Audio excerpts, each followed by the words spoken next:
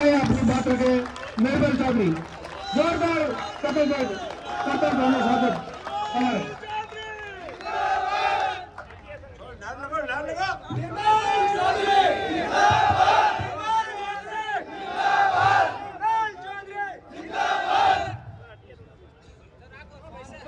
श्री वीर तेजा छात्रावास परिवार में मंच पर आसीन वार्डन श्री अशोक कुमार चौधरी जी, बड़े भाई महादेव खदाव जी, राजस्थान विश्वविद्यालय से पूर्व महासचिव, एनएसयूआई के पूर्व प्रदेश अध्यक्ष और युवा कांग्रेस के प्रत्याशी बड़े भाई अभिमन्यु पूनिया जी, बड़े भाई महेंद्र मान जी, ओम डूडू जी, बाबूलाल जी सारण, भंवर जी, दिनेश जी, श्याम जी, बाकर विश्नोई जी, राव रिडमल जी, राजेश नैन जी, चंदू जी पीटीआई और समर्थ हॉस्टल वे नौजवान साथियों, ये वीर तेजा छात्रावास एक मां का रूप है जो सैकड़ों और हजारों छात्रों को गोद लेते हैं और इन हॉस्टल से अपना उज्जवल भविष्य बना के देश और प्रदेश की अहम बड़े ओहदों पे जाते हैं। वो बेटे इस देश का नाम रोशन करते हैं, अपने जिले का नाम रोशन करते हैं, गांव ढाणी प्रदेश का नाम रोशन करते हैं। छात्रावास एक ऐसा संस्थान होता है, एक ऐसा परिवार होता है जिसके अंदर रहने वाले हजारों विद्यार्थियों का एक परिवार होता है, साथियों का एकजुट एक ताकत होती है।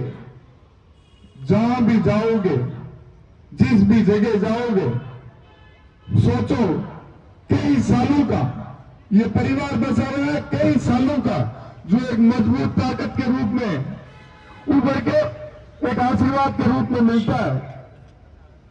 मैं चुनाव लड़ने से 5-6 महीने पहले कार्यक्रम में गया था, तो आदरणीय आपके वार्डन साहब, इस हॉस्टल के संरक्षक आदरणीय अशोक चौधरी जी का मुझे आशीर्वाद मिला था।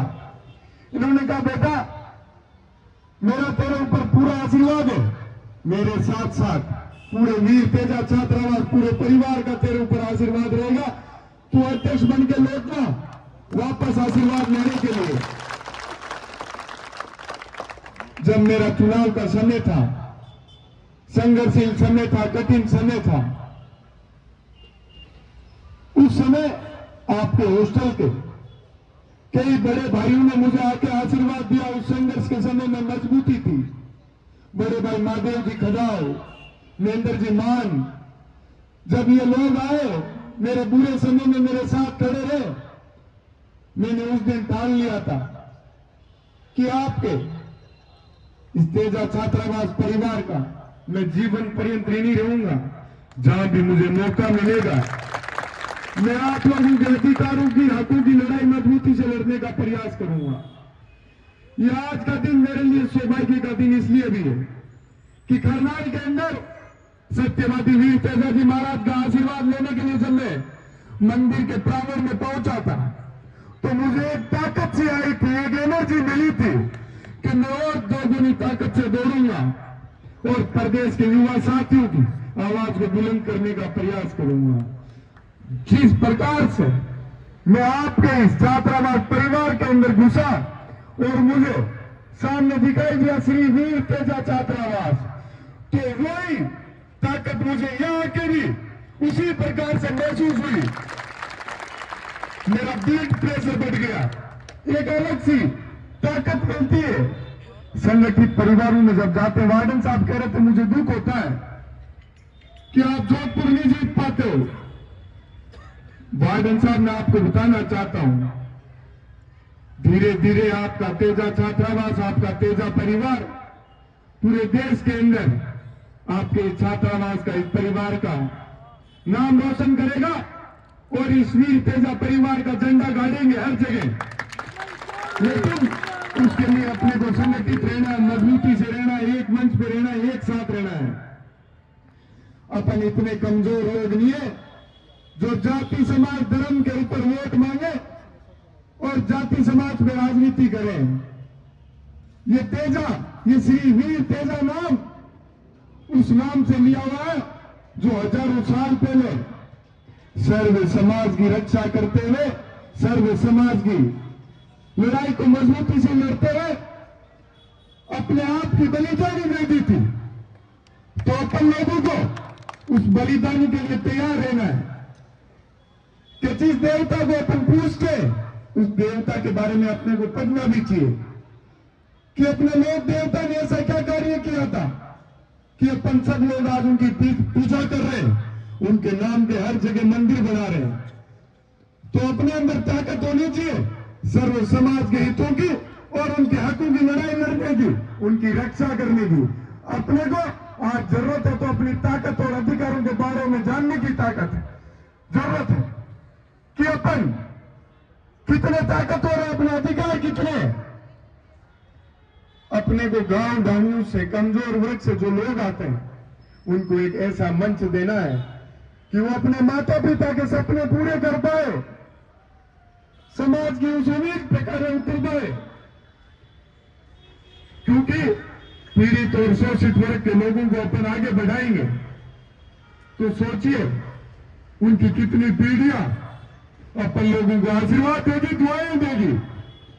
लेकिन उसके लिए अपने को याद रखना है, तो एक बात याद रखनी है कि जिस प्रकार से अपनी शुरुआत होती है और अपन 0 से शुरू करते हैं और 100 के आंकड़े पे जाके हीरो बनते हैं, तो अपने को अपने जीवन का एक एक पल याद रहना चाहिए कि मैं संघर्ष करके किस रूप में इस पद पे पहुंचा हूं। तो मेरे हजारों भाई बहनों को मेरे को मजबूती देनी है और उनके बारे में ध्यान रखना है और उनको हमेशा वो जिस भी मंच पे आना चाहे उनको मजबूती से ऊपर खींचना, उनकी ताकत बननी है, ना कि अपन उनको डिस्टर्ब करें। अपन ये सोचेंगे कल कोई अपने बराबर आएगा तो अपनी वैल्यू कम हो जाएगी। अरे सोचिए इस देश और प्रदेश का विश्व अटल पर कितना बड़ा नाम होगा। तो ये सोचने की जरूरत है। जो आज मजदूर और किसान वर्ग की बात करते उन लोगों की कोई सुनता नहीं। जब अपन लोग कोई पद पे नहीं होते तो क्या करते हैं, किसान गरीब मजदूर की बात करते हैं। जब बड़े ओहदे और बड़े पदों पे चले जाते हैं तो उद्योगपतियों की गुलामी का झंडा उठा लेते हैं। मैंने अध्यक्ष बनते सर्वप्रथम मेरी जीत को किसानों के नाम दर्ज कराया था। क्यों कराया कि शुरुआत की है मैंने, जिस प्रकार से मैंने शुरुआत की थी, इन किसान परिवार के लोगों ने, युवाओं ने मुझे आशीर्वाद दिया। मैं आज जोधपुर आ रहा था तो एक अपनाहित की भावना जगी मेरे अंदर कि सड़क पर जगह जगह लोगों ने मुझे आशीर्वाद दिया, मेरा स्वागत किया, अभिनंदन किया। मैं उस शक्ति को बारंबार वंदन करता हूं, प्रणाम करता हूं कि मैं आज आपकी इस अपनाहित को कभी जीवन में भूलूंगा नहीं, हमेशा याद रखूंगा, ऋणी रहूंगा। मैं चुनाव तो छात्र संघ अध्यक्ष का जीता हूं, प्रेसिडेंट बना हूं, लेकिन आपको एक बात कहता हूं, मैं मेरा जीवन जी रहा हूं एक छात्र शक्ति के सेवक के रूप में। मेरा धर्म कभी मैं भूलता नहीं कि छात्र शक्ति ने मुझे किस लिए चुना है। मैं जो भी गांव ढाणी गरीब परिवार का, जो गली मोहल्ले का स्टूडेंट उस प्रदेश की बड़ी राजधानी में आता है, वहां उसकी कोई आवाज सुनने वाला नहीं मिलता है।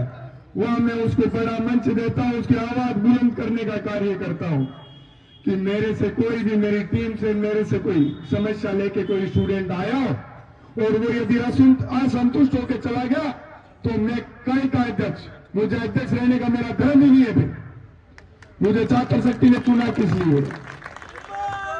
उनके अधिकारों की और उनके हकों की रक्षा करने के लिए चुना है कि हमारी आवाज को जहां भी कोई दबाएगा, कुचलने का प्रयास करेगा, वहां उनके साथ मैं जाके मजबूती से खड़ा रहूं, उनके संघर्ष में कंधे से कंधा मिला के उनके साथ खड़ा रहूं। और मैं रहता हूं, मुझे बड़ा गर्व फील होता है कि मैं एक छोटे से गांव से आके प्रदेश के सबसे बड़े विश्वविद्यालय को जीता। कैसे जीता?